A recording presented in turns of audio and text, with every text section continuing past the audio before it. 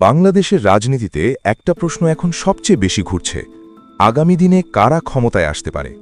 অনেকে সন্দেহে, অনেকে ভয়ে, আবার অনেকে আশায় তাকিয়ে আছে। কিন্তু আজ আমি একদম পরিষ্কার করে একটা কথা বলবো। বাংলাদেশের মানুষ যদি মূর্খ না হয়, তাহলে জামায়াতে ইসলামী জিতবেই। এটা কোনো আবেগের কথা না, এটা বাস্তবতার কথা। আজকের বাংলাদেশ আগের মতো নেই।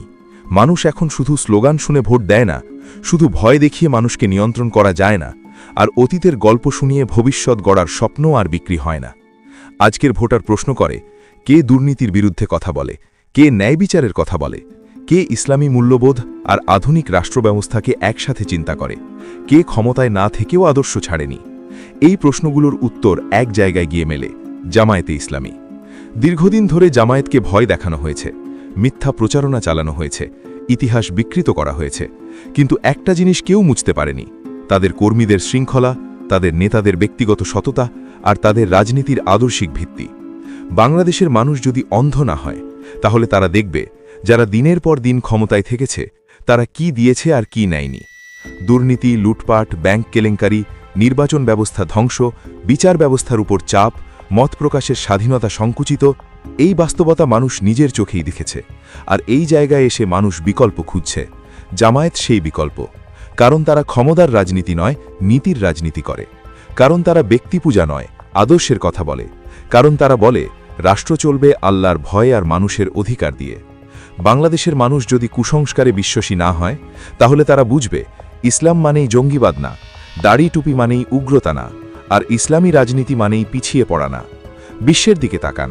মালয়েশিয়া, তুরস্ক, ইন্দোনেশিয়া, ইসলামী মূল্যবোধের সঙ্গে আধুনিক রাষ্ট্র পরিচালনা সম্ভব, এই উদাহরণ চোখের সামনে।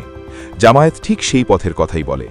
অনেকে ভয় দেখায়, ওরা এলে দেশ অচল হয়ে যাবে। কিন্তু প্রশ্ন হল, দেশ কি এখন খুব ভালো চলছে? নিত্যপণ্যের দাম, চাকরির বাজার, তরুণদের ভবিষ্যৎ, এসব কি সত্যিই নিরাপদ? বাংলাদেশের মানুষ যদি মূর্খ না হয়, তাহলে তারা বুঝবে একই ব্যর্থ ফর্মুলা বারবার প্রয়োগ করে ভিন্ন ফল আশা করা বোকামি। আজকের তরুণ প্রজন্ম সবচেয়ে বড় ফ্যাক্টর। এই তরুণরা ফেসবুক দেখে, ইউটিউব দেখে, তারা প্রশ্ন করে, তুলনা করে, বিশ্লেষণ করে। এই প্রজন্ম আর ভয় পায় না। এই প্রজন্ম চায় ন্যায় বিচার, স্বচ্ছতা আর মর্যাদা। আর এখানেই জামায়াতের শক্তি।